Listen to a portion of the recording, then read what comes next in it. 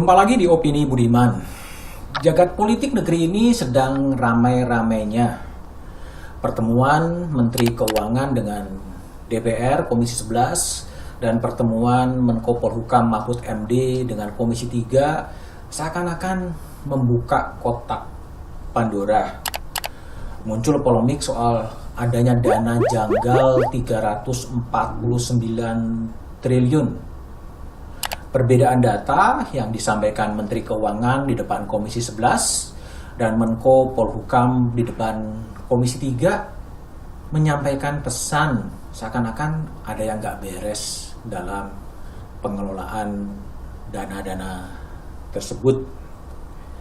Dalam rapat dengan Komisi 11 DPR, Menteri Keuangan mengatakan dan menjelaskan soal dana janggal 349 triliun.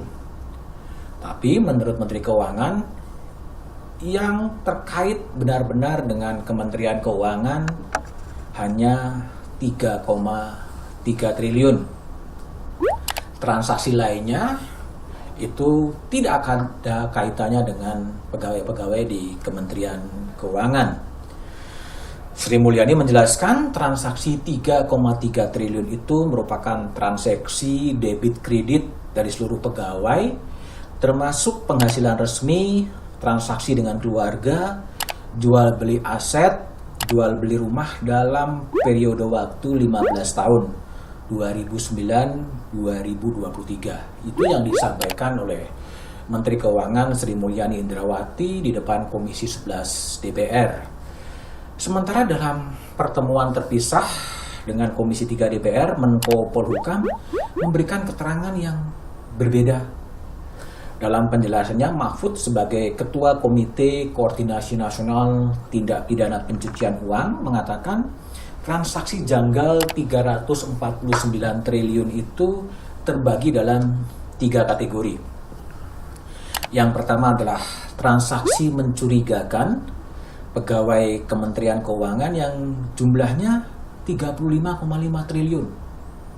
Jauh berbeda dengan yang disampaikan oleh Menteri Keuangan Sri Mulyani di depan Komisi 11. Sri Mulyani mengatakan yang terkait dengan pegawai Kementerian Keuangan 3,3, sementara Mahfud mengatakan 35,5, 10 kali lebih tinggi.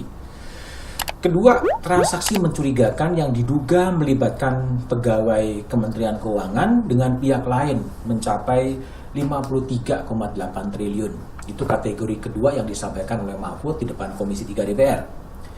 Kategori yang ketiga, transaksi mencurigakan sebesar 260 triliun diduga terkait dengan kewenangan Kementerian Keuangan sebagai penyidik tidak pidana asal dan tidak pidana pencucian uang yang belum diperoleh data keterlibatan pegawai Kementerian Keuangan. Dua data yang disampaikan oleh menteri-menteri pembantu presiden ini di depan forum yang berbeda memang membingungkan. Tidak ada kata lain, memang haruslah dituntaskan dan ditelusuri mana yang benar. Data yang disampaikan oleh Sri Mulyani di depan Komisi 11 atau data yang disampaikan oleh Mahfud MD di depan Komisi 3 DPR. Yang jadi pertanyaan publik adalah, ini dana siapa sebetulnya? 349 triliun yang dipersoalkan publik sebagai dana janggal ini dana siapa? Dan juga dana untuk apa? Di tahun yang serba politik, hal-hal itu harus kemudian diklarifikasi dan dijelaskan agar tidak menimbulkan prasangka, tidak menimbulkan praduga. Langkah DPR menjadi baik dan patut disambut baik ketika DPR setelah pertemuan-pertemuan terpisah, kemudian DPR memilih untuk mengundang Menko Polhukam sekaligus Koordinator Nasional TPPU, mengundang Menteri Keuangan dan mengundang Kepala PPATK. Itu sebuah langkah yang positif agar ada hal yang lebih jelas. Berapa sebetulnya dana janggal yang terlanjur menjadi konsumsi publik data itu harus disinkronisasi, harus ada penafsiran yang sama soal data agar tidak menimbulkan kebingungan di publik. Namun rapat bersama ini tetaplah harus dikawal agar forum yang melibatkan DPR, Menko Polhukam, Menteri Keuangan, dan Kepala PPATK betul-betul memberikan penjelasan yang betul-betul clear dan clean, bukan semata-mata untuk menyamakan soal data, tetapi tidak mengungkap apa yang sebenarnya terjadi. Perbedaan data itu otomatis menimbulkan kecurigaan.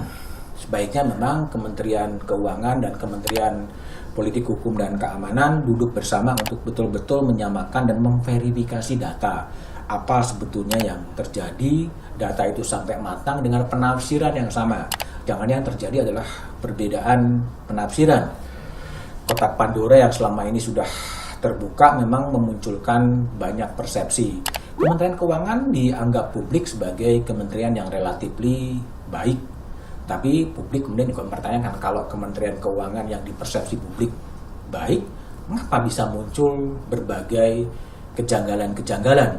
Apakah itu domain hanya pada Kementerian Keuangan atau juga terjadi di kementerian-kementerian lain yang kadang-kadang disebut publik sebagai kementerian basah, di mana perputaran uang terjadi di kementerian itu? Saatnya juga mungkin PPATK membuka apakah kemudian dana-dana janggal hanya terfokus pada Kementerian Keuangan atau ada juga di kementerian-kementerian lain atau lembaga-lembaga lain.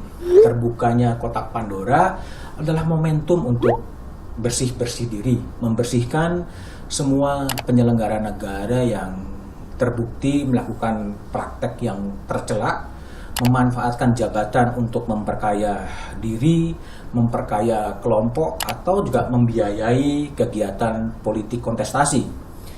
Langkah-langkah bersih-bersih ini perlu dilakukan, dan ini momentum yang paling baik bagi pemerintah untuk membersihkan dan menghindarkan bangsa ini dari apa yang disebut sebagai Republik Korupsi. Sebagai pernah dikatakan oleh Mahfud MD dalam sebuah kesempatan, Mahfud mengatakan sekarang saudara-saudara menoleh kemana saja ada korupsi. Nengok ke hutan, ada korupsi di hutan.